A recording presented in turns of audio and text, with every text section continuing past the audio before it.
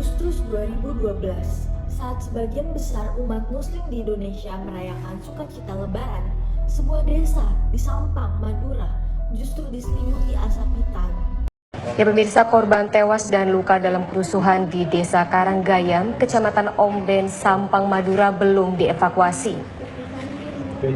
Pasca insiden serangan dan pembakaran rumah warga, korban tewas Muhammad Wasil, 50 tahun ini menjadi korban dari serangan pembakaran tersebut. Teriakan ketakutan menggantikan gema takbir. Bukan sekedar pertengkaran antar tetangga, ini adalah puncak dari sebuah luka yang melanda selama bertahun-tahun. Konflik Sampang seringkali dilabeli secara sederhana sebagai perang agama. Namun, benarkah sesederhana itu? Gitu. Seharusnya tidak boleh terjadi. Gitu ya. Pada tahun 2004 sampai 2006, benih pertama. Semuanya bermula ketika Tajuk Muluk, putra tokoh agama setempat, membawa ajaran Syiah ke Desa Karanggayam. Penolakan mulai muncul dari tokoh agama lokal. Selanjutnya di tahun 2008 ada gagalnya kesepakatan. Upaya mediasi oleh MUI dan NU sempat membuahkan kesepakatan tata cara ibadah. Namun, ketegangan justru merayap ke bawah permukaan. Pada 4 April 2011 terjadi benturan fisik. Massa mulai memblokade peringatan Maulid Nabi Jamaah Syiah. Situasi memanas hingga aparat mengamankan Tajul Muluk demi mencegah amuk massa.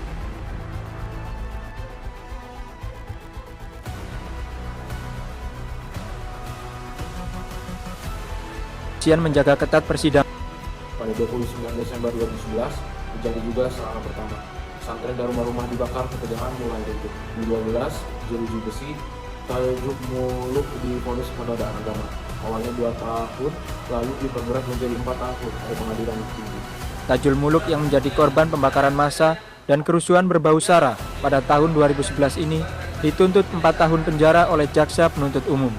Pada tanggal 26 Agustus 2012 terjadi peristiwa lebaran berdarah.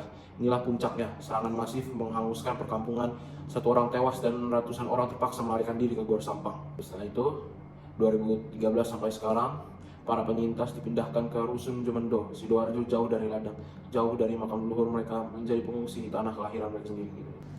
Konflik Syiah Sunni berakar pada perpecahan politik mengenai suksesi kepemimpinan umat Islam pasca wafatnya Nabi Muhammad SAW. Kelompok Sunni mengakui sahabat Nabi sebagai khalifah, sementara Syiah meyakini Ali bin Abi Thalib dan keturunannya sebagai penerus sah.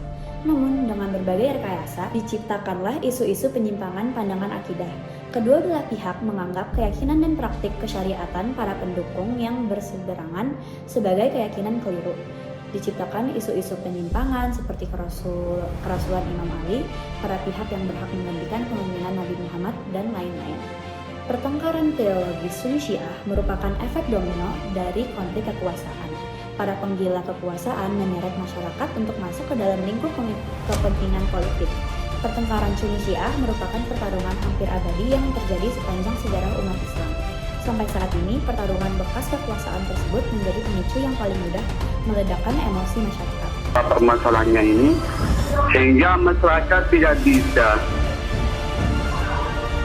dihentikan lagi melakukan tindakan kriminal. Karena mereka sudah menganggap dirinya sudah depan hukum.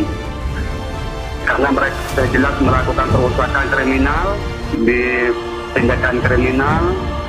Sentuhan-sentuhan kecil yang dibalut dengan isu penyimpangan akidah sangat mudah membakar permusuhan. Tapi jika kita hanya melihat ini sebagai perbedaan mazhab, namun ada gambaran lebih besar dari insiden konflik Sampang ini, dengan adanya 3 lapisan faktor penyebab yang berujung ke puncak konflik. Pertama, ada faktor internal atau keluarga. Percaya atau tidak, api ini bermula dari rumah. Ada perselisihan pribadi antara Tajul Muluk dan saudaranya, Roisul Hukama. Ketegangan keluarga ini kemudian ditarik ke ranah publik dan dibalut dengan sentimen agama, menjadikannya senjata yang mematikan. Lalu ada faktor teologis dan stigmatisasi. Fatwa sesaat dari otoritas agama lokal menjadi bahan bakar stigmatisasi terhadap kelompok Syiah. Aliran-aliran dalam Islam yang bisa membawa kami ke arah yang lebih baik.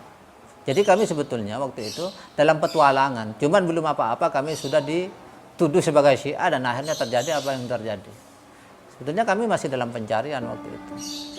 Memberikan legitimasi moral bagi massa untuk bertindak diskriminatif. Dan masa mulai mereda usai berdialog dengan Kapolres, Komandan Kodim, serta Ketua Pengurus Cabang Nahdlatul Ulama Jember.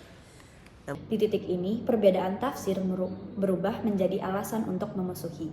Lalu ada faktor sosial politik, di mana negara saat itu, analisis menunjukkan adanya kelemahan dalam deteksi dini.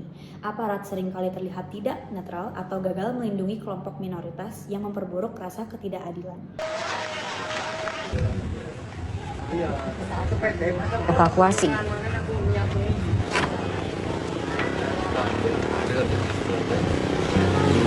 Lalu, bagaimana kita memadamkan api yang sudah terlanjur membakar semuanya? Solusinya tidak hanya bisa sekedar bantuan logistik. Pemerintah melalui Menteri Agama saat itu menekankan beberapa poin kunci. Yang pertama, jaminan dasar, memastikan pengungsi tidak mati kelaparan dan anak-anak mereka tetap sekolah. Janji pemerintah kita cuma 1 minggu di sini. Ini udah 10 tahun lebih. Itu hidup bersama-sama, kita itu seperti dulu gitu, damai, aman. Namun, nasi dan buku tidak bisa menggantikan rasa aman. Kedua, penegakan hukum. Keadilan harus tegak secara transparan, baik bagi pelaku kekerasan maupun pelanggar hukum lainnya. Tanpa keadilan, dendam akan terus bersemi. Ya, sampai ini bisa selesai. Kalau saya melihat memang tergantung dari diri kita. Bagaimana kita mempersiapkan komitmen untuk menyelesaikan konflik yang ada di Kabupaten Sampang. Jadi awal kepemimpinan kami, kita sudah komitmen. Saya ingin. Namun kuncinya ada pada rekonsiliasi berbasis budaya. Madura memiliki sistem sosial yang kuat di bawah otoritas kiai dan ulama. Melibatkan kiai lokal sebagai jembatan damai adalah keharusan. Di Madura, suara kiai seringkali lebih didengar daripada suara undang-undang. Dialog harus melibatkan semua lapisan, baik tokoh adat hingga pemuda. Yang paling krusial adalah transformasi kebijakan, termasuk meninjau kembali fatwa-fatwa lokal yang menyudutkan salah satu kelompok agar diskriminasi struktural bisa dihentikan. Nah, maka dari itu, konflik Sampang adalah pengingat pahit bagi kita semua bahwa keberagaman, jika tidak dirawat dengan empati dan kehadiran negara yang adil, bisa dengan mudah dimanipulasi menjadi tragedi. Para pengungsi di Jemundo mungkin masih menatap ke arah timur, memimpikan hari di mana mereka bisa pulang tanpa rasa takut. Karena pada akhirnya, rumah bukan hanya soal atap dan dinding, tapi soal diterima dan merasa aman. Sekian dari kelompok kami, terima kasih.